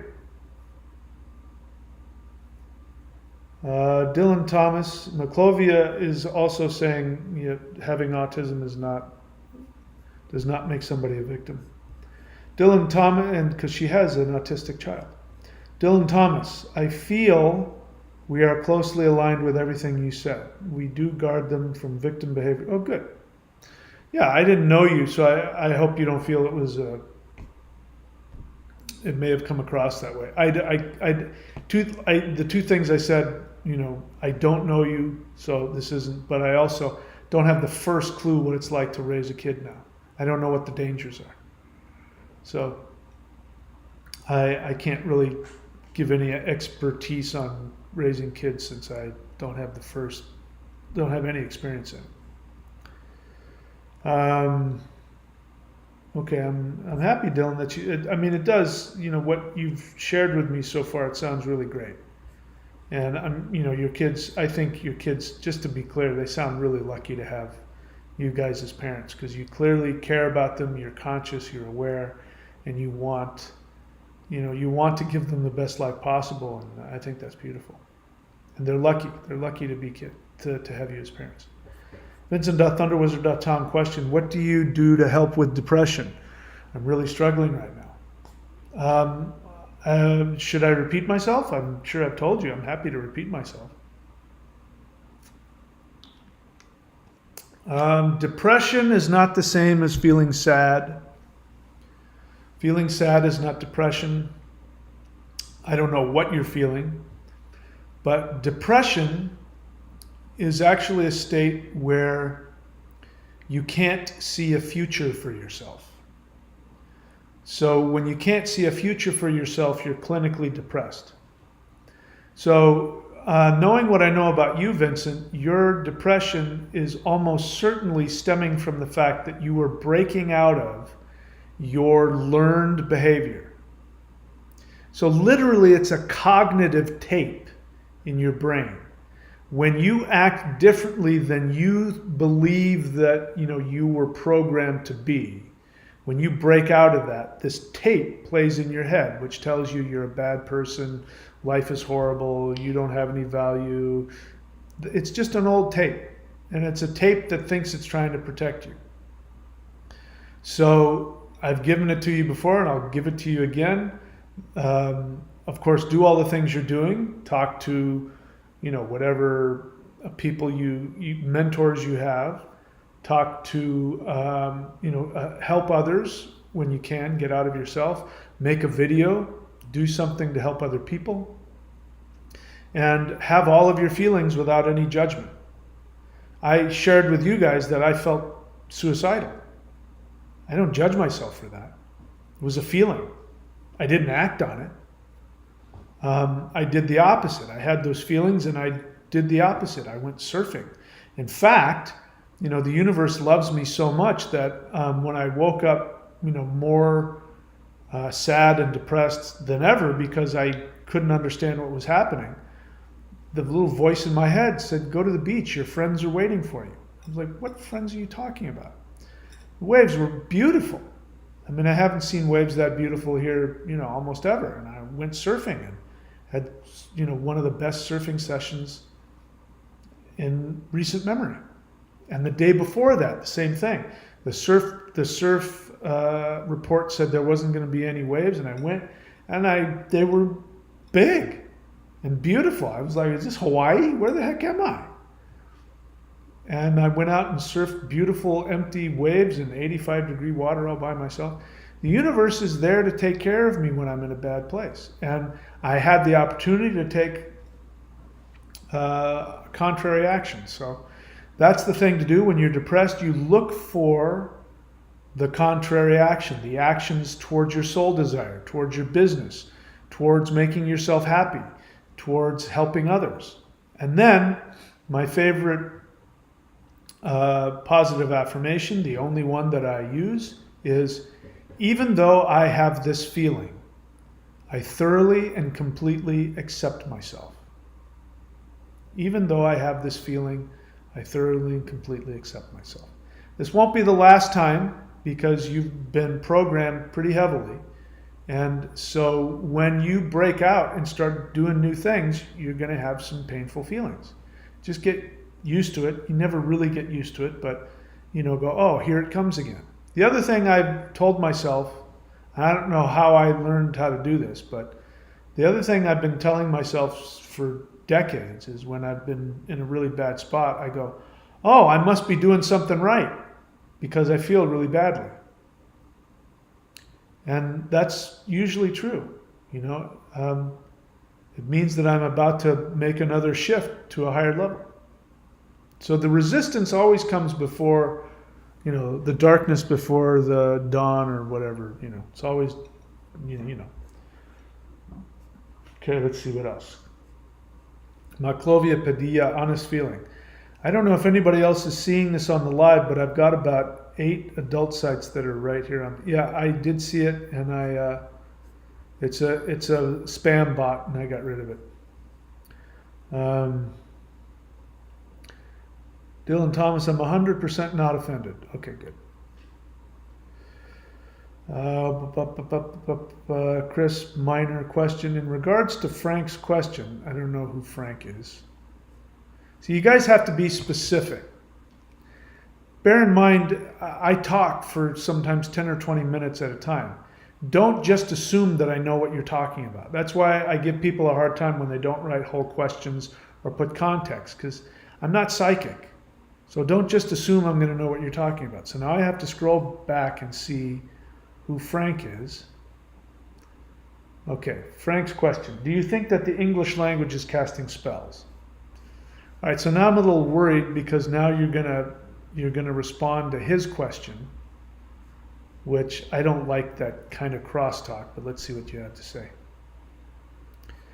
Question, in regards to Frank's question, I would say the intention behind the words we speak is what it's likely more important. However, I'd say there's an important aspect to understanding twilight language. I don't know what that is. And subliminal symbolism that we're constantly, would you agree with this? So Chris, welcome to the channel. Are you new to the channel? So here's my definition of a question. A question is, you're asking me something that you don't have the first clue what the answer is. You think I might have the answer. What you just did in 2 whole paragraphs is you gave us your opinion. And then you asked me if I agree with you. That's not a question. This is you wanting to teach us. You're doing it in the form of the question because you know that's how I want you to communicate. But let's be clear, that's not a question.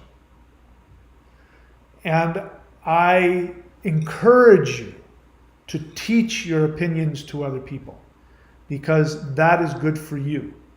Coming on here, and forgive me for saying so, in a passive-aggressive way, stating an opinion, pretending to make a question out of it, doesn't serve your need to help others, because that's what it's about.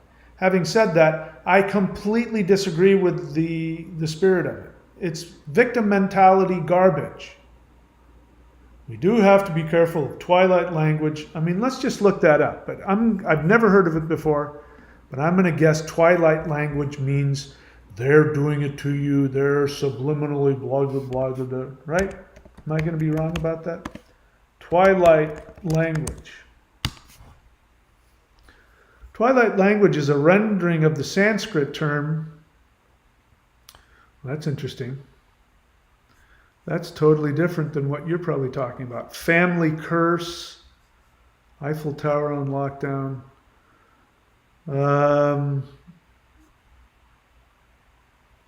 Twilight language explores hidden meanings and synchronistic connections via onomatology, study of names and toponymy. Oh my God. No, I don't buy into any of that. It's just an excuse to be victimized. It's just an excuse to be careful. They're out there. They're doing it to you. Watch out. Doesn't mean that there isn't some reality to it, but don't. I mean, you believe whatever you believe. I can't take your feelings away, but it's superstitious. It's childish. It's coming from a fear-based place. When somebody says good morning, there's nothing wrong about it. I can guarantee you nobody's walking around in their head thinking, I'm going to wish evil mourning on somebody, but I'm going to do it by saying good morning. Nobody does that. And you're not that important that anybody's going to spend that time to do that to you. Somebody says good morning, they mean good morning. If somebody says hello, they mean what it originally meant, which is hail. Vastu hail. Hail to you. Strength to you. I mean, if you've got an opportunity to choose what you want to interpret about life, why do you want to choose to interpret the worst possible scenario? It doesn't serve you. Drop it. Please. Drop the victim mentality. Nothing wrong with words. Nothing wrong with them. Anyway, that's my opinion. You can have whatever belief you want on it. The Frank Beltran question, what is your view on why we incarnated as humans? Frank, welcome to my channel. You're new to my channel? I have videos. So let me now take the time. It is what do you call that? Something always bothers you. It's a pet peeve of mine. It's laziness for people not to know what's on my channel unless you're brand new. If it's your first time on, then of course you have no idea what's on my channel. I want to teach people to do what I've done and what has served me in my life. One of them is I'm not lazy about things I want to know. Of course, I come from a different time period where you had to actually get up off your ass and walk to the library and find a book and open it. You know, this whole idea of having everything available to you at your fingertips was, you know, we didn't have that. So if I wanted to learn something, I had to go to bookstores, I had to go to libraries, I had to read books, I had to track people down, maybe call them on the phone, make an appointment, pay money to go see somebody to learn something. I had to work my ass off. So what I do now, if I run into a YouTube channel that I like, I know how to go on that channel and see what this person teaches. And I do that, I go onto their YouTube channel, and if I'm on my laptop, if you're on a phone or a pad, it's going to be different. I don't know what that is, but you can always find a way to search within somebody's channel. So on my channel, you're asking incarnation. You can type in karma, you can type in reincarnation, and you will see so many of my videos that answer that question. What is my view on why we incarnated as humans? That is a 2-hour video, if I were to answer it. And I've got no shortage of them. So I encourage you to do the research. If you don't know how to, learn how to search within somebody's channel. You can also just look on the playlists if you know. So it tells me you haven't even researched my channel enough to know what I teach. It's a great question. But instead of me trying to give you a 5-minute answer in this video, spend the 2 or 3 hours at least where I talk about it. Make use of my channel. It's here for you. Use my channel as a library. You know, it's here for you to use. And again, I prefer to help people not be lazy. It's important not to be lazy. Because if you're lazy, people can manipulate you. People can control you. If you're not lazy, people can't control you.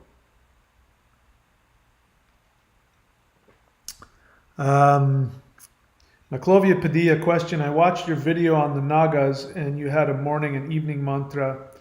My question is, how often can we do it? I saw your question. I'm sorry I didn't get to it yet. You said, how often can we do it? You can do it as often as you want. I've spent literally all day, numerous days back to back, chanting it out loud, chanting it in my sleep, because I couldn't figure out what the hell was going on. And that is a mantra, the Nageshwara mantra. Om Namah Shivaya Namo Nageshwaraya is a mantra to help you figure out the inscrutable, because it's Rahu's mantra, which is also Mercury, which is also the sign of Gemini. It'll help you figure things out. Om Namah Shivaya Namo Nageshwaraya. Now, before you ask me to write that down, I already have. And to answer your question, Maclovia, I have it recorded. If you look on my channel, sometime during the pandemic, I made a video about a mantra that destroys viruses. That's the mantra. And I have it, I believe I have it on there. I think I've got it repeated where you can just hit play and it'll go 108 times. I feel pretty confident it's on my channel somewhere. So I'm sorry I don't have the exact link, but if you look for it, you should be able to find it.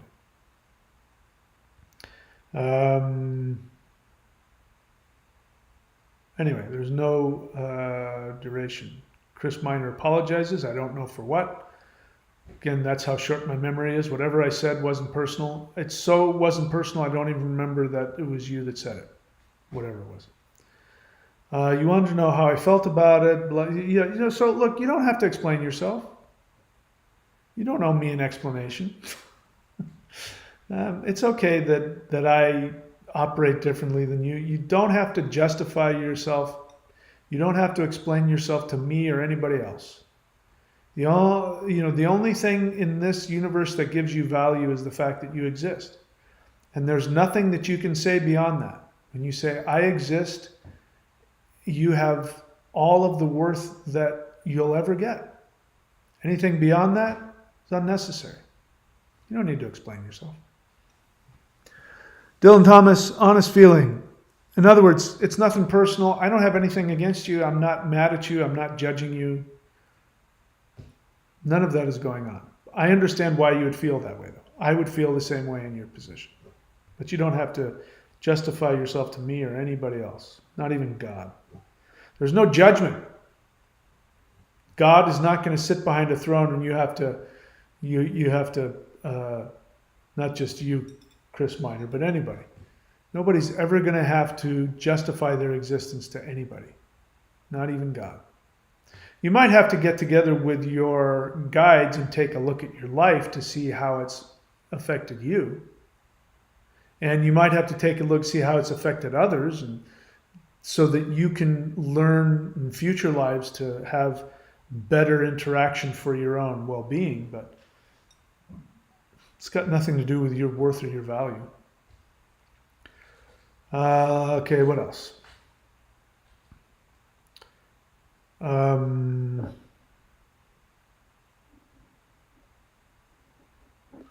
Okay, good. Dylan Thomas seems to be helped by some things. Maclovia. Good, she's going to look that up. Okay, that's it. Are we done? Done with all the questions? Thank you so much, everybody, for showing up. I really appreciate all of you. And obviously, I can't do this channel without you guys.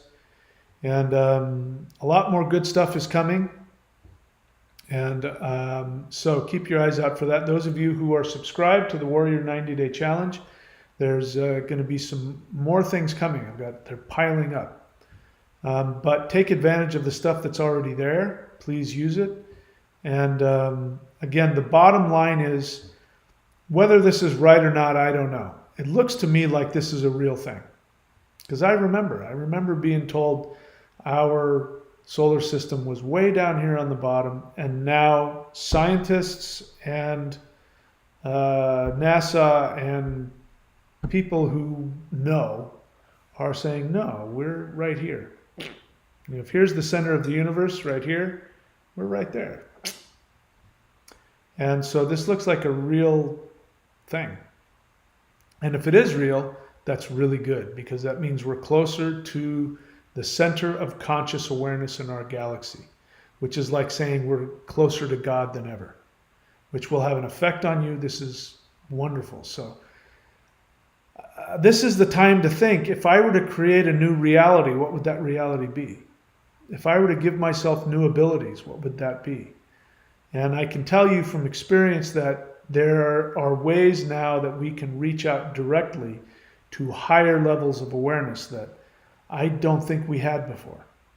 So everything is conspiring to help us evolve more than ever.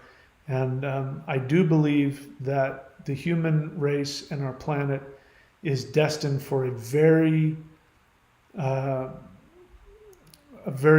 huge, massive awakening event that is coming probably very, very soon. Wouldn't surprise me if I woke up tomorrow and, everything was different.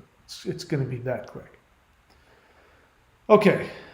Thanks, guys. I love you and appreciate you. I wish you all the best. And if I've done or said anything that's been harmful, offensive, if I misunderstood you or in any way did anything that was painful for you in any way, my greatest apologies. My intention is only to be helpful. Sometimes I consciously reflect back to you things that you might not want to hear. I love you enough, even if I know what I say might not be what you want to hear. But sometimes I'm wrong, and sometimes I make mistakes. And so I hope that you offer me the same understanding that I'm trying to give myself and the rest of the universe, which is everybody's just doing their best. And that's it. So I wish you all love and happiness and empowerment. And I appreciate you showing up. I love you all. I will see you all next time. Take care. Whoops.